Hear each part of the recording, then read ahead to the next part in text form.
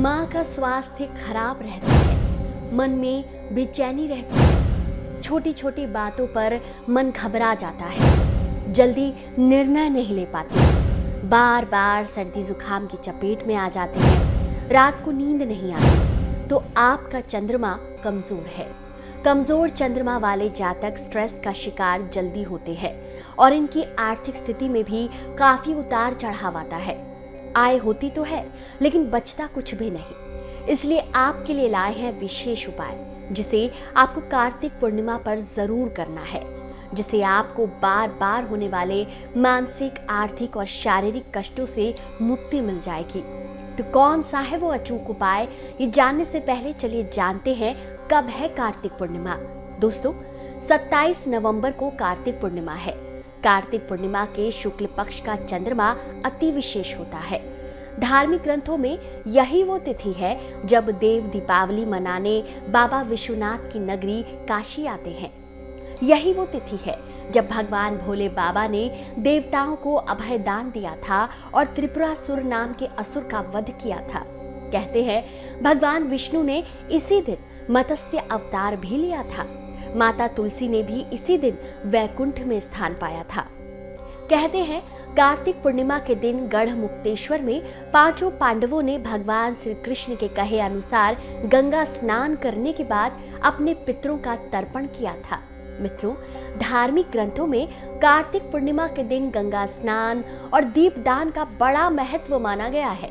ज्योतिष शास्त्र के अनुसार कमजोर चंद्रमा वाले जातक के लिए पूर्णिमा की तिथि बहुत खास होती है। अगर इस दिन कमजोर चंद्रमा वाले जातक कुछ उपाय करें तो उन्हें अवश्य लाभ होता है। जैसे कमजोर चंद्रमा वाले जातक को कार्तिक पूर्णिमा पर चंद्रमा को अर्घ्य अवश्य देना चाहिए। यदि किसी व्यक्ति की कुंडली में चंद्र दोष है, यानी कि उसका चंद्रमा कमजोर है, नीच है, उसे जीवन में कई तरह की परेशानियों का सामना करना पड़ता है। कमाई भी होती है लेकिन पैसा कुछ भी नहीं बचता। तो इस दिन शाम को चंद्रोदय के समय दूध, गंगाजल और अक्षत मिलाकर चंद्र देवता को अर्घ्य अवश्य दें। चंद्रमा को अर्घ्य देते समय साधक को ओम श्राम श्रीम श्रौम सह चंद्रमसे नमः या ओम सोम सोमाय नमः मंत्र का जप करना चाहिए। मन अशांत रहता है तो किसी विद्वान ज्योतिष की सलाह से चांदी के छल्ले में मोती या गोमेद धारण करना चाहिए। वैवाहिक जीवन में कलह, अशांति रहती है तो इस दिन दूध में शहद डालकर चंद्र देवता को अर्घ्य देना चाहिए और पति पत्नी को एक साथ चंद्र देवता के दर्शन करने चाहिए। चंद्रमा अगर कमजोर है तो पूर्णिमा के दिन सफेद चीजों का दान करना चाहिए, लेकिन शाम के समय दान करने से बचना चाहिए। दान हमेशा सोमवार या चंद्र के नक्षत्र रोहिणी, हस्त या श्रवण नक्षत्र में दान करना चाहिए। लेकिन ध्यान रखें, अगर नीच का चंद्रमा है तो कभी भी सफेद चीजों को स्वीकार नहीं करना चाहिए। अगर कुंडली में चंद्रमा उच्च है तो ऐसे जातक को किसी को भी सफेद चीजों का दान नहीं करना चाहिए।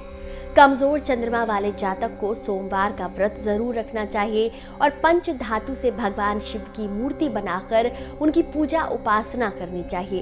पानी की टंकी की सफाई का विशेष ध्यान रखना चाहिए और ध्यान रखना चाहिए कि कहीं भी पानी जमा या सड़ने न पाए। कमजोर चंद्रमा के जातकों को चारपाई के पायों में चांदी की कील गड़वानी चाहिए। कमजोर चंद्रमा वाले जातक का पैसा पानी की तरह बहता है और यही नहीं, कर्ज भी चढ़ जाता है। ऐसे में कर्ज से छुटकारा पाने के लिए एक शीशी में आसमानी बर्फ या ओलों या फिर बरसात के पानी को जमा करके हमेशा साथ रखना चाहिए। कमजोर चंद्रमा के जातक को शमशान भूमि में स्थित कुएं पर कभी कभी स्नान भी करना चाहिए और चावल या चांदी शमशान की चार दीवारी के अंदर गिराना चाहिए। लाभ होता है। कमजोर चंद्रमा वाले जातक को माता की सेवा जरूर करनी चाहिए ताकि माँ के साथ संबंध मधुर बने रहे। चंद्रमा का माँ से संबंध होता है। माँ स्वस्थ और प्रसन्न रहेंगी तो मन में कभी अशांति नहीं होगी। ध्यान रखें, कमजोर चंद्रमा वाले को कभी भी रात्रि जागरण नहीं करना चाहिए, यानी रात में ज्यादा देर तक नहीं जागना चाहिए। तो दोस्तों, ये थी कमजोर चंद्रमा वाले जातकों की बात। मित्रों, कार्तिक पूर्णिमा का दिन कमजोर चंद्रमा के जातकों के लिए विशेष तो होता ही है, लेकिन ये सभी के लिए खास है। इसलिए इस दिन आप गंगा स्नान के बाद दीप दान अवश्य करें। अन्न का दान महादान कहलाता है, इसलिए अन्न का दान भी करें। आप इस दिन गुड़ का दान भी कर सकते हैं। सत्यनारायण की कथा रखवा सकते हैं।